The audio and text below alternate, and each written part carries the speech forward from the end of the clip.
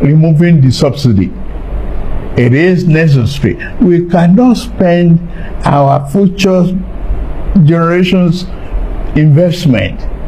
No provision is there for fuel subsidy. The first subsidy is gone.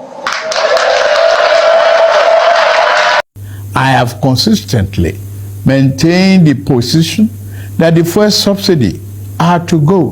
Tinubu's lost glory, how he could have beaten Peter Obi without campaigning.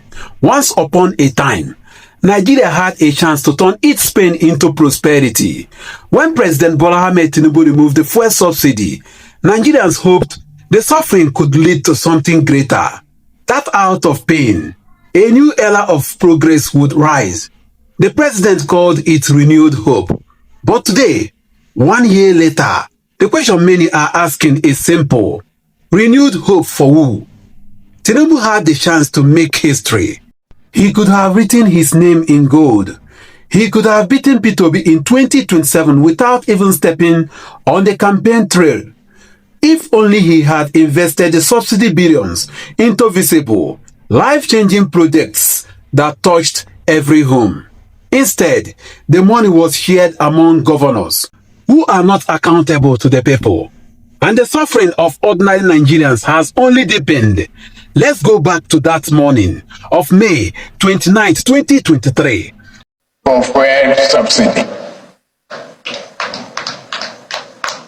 The first subsidy is gone. When Tinubu declared, subsidy is gone, those 4 words shook the nation. Prices of fuel tripled overnight, transport skyrocketed, and the cost of living exploded. But Nigerians endured, not because they enjoyed the pain, but because they believe the sacrifice would build something better. They believe the trillions saved would light up the country, create jobs, and revive industries that have died for decades. Imagine if Tinubu had used that subsidy fund to build 20 megawatts of power, revive Ajaokuta Steel industry, or repair Nigeria's refineries. Imagine the number of jobs that would be created. Imagine the factories that would come alive again. Imagine Nigeria refining her own petrol and selling it to neighbors instead of begging for imported fuel. That alone could have made Tinubu a national hero. The president that ended suffering with structure, not slogans. But what happened? Instead of investing in production, the subsidy savings were shared among governors. Governors who can't even pay salaries on time. Governors whose idea of development is commissioning street lights and celebrating birthday projects.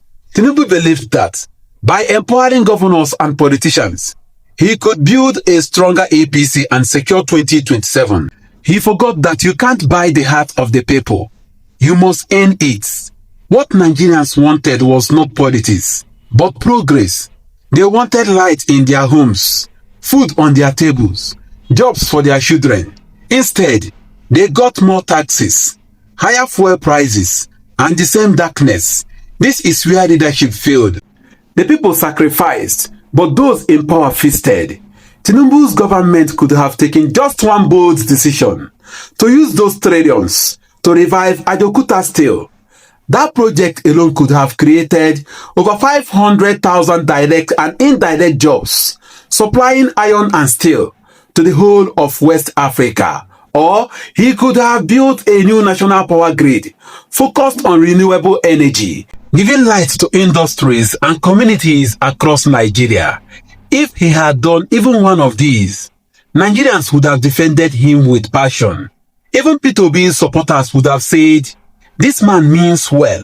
But because the government failed to convert sacrifice into results, hunger and hopelessness became the loudest opposition party. This is where Peter Obi comes in.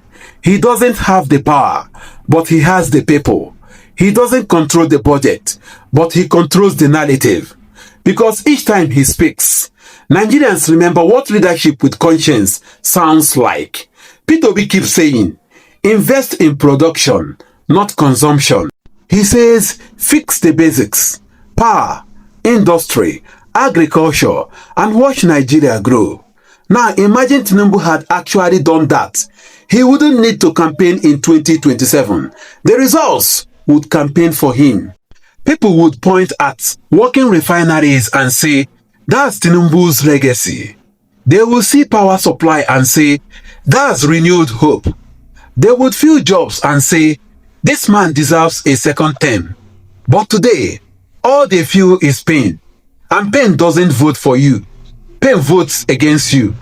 Tinubu thought politics was about alliances, about putting Atiku's men, Obi's supporters, and governors into APC.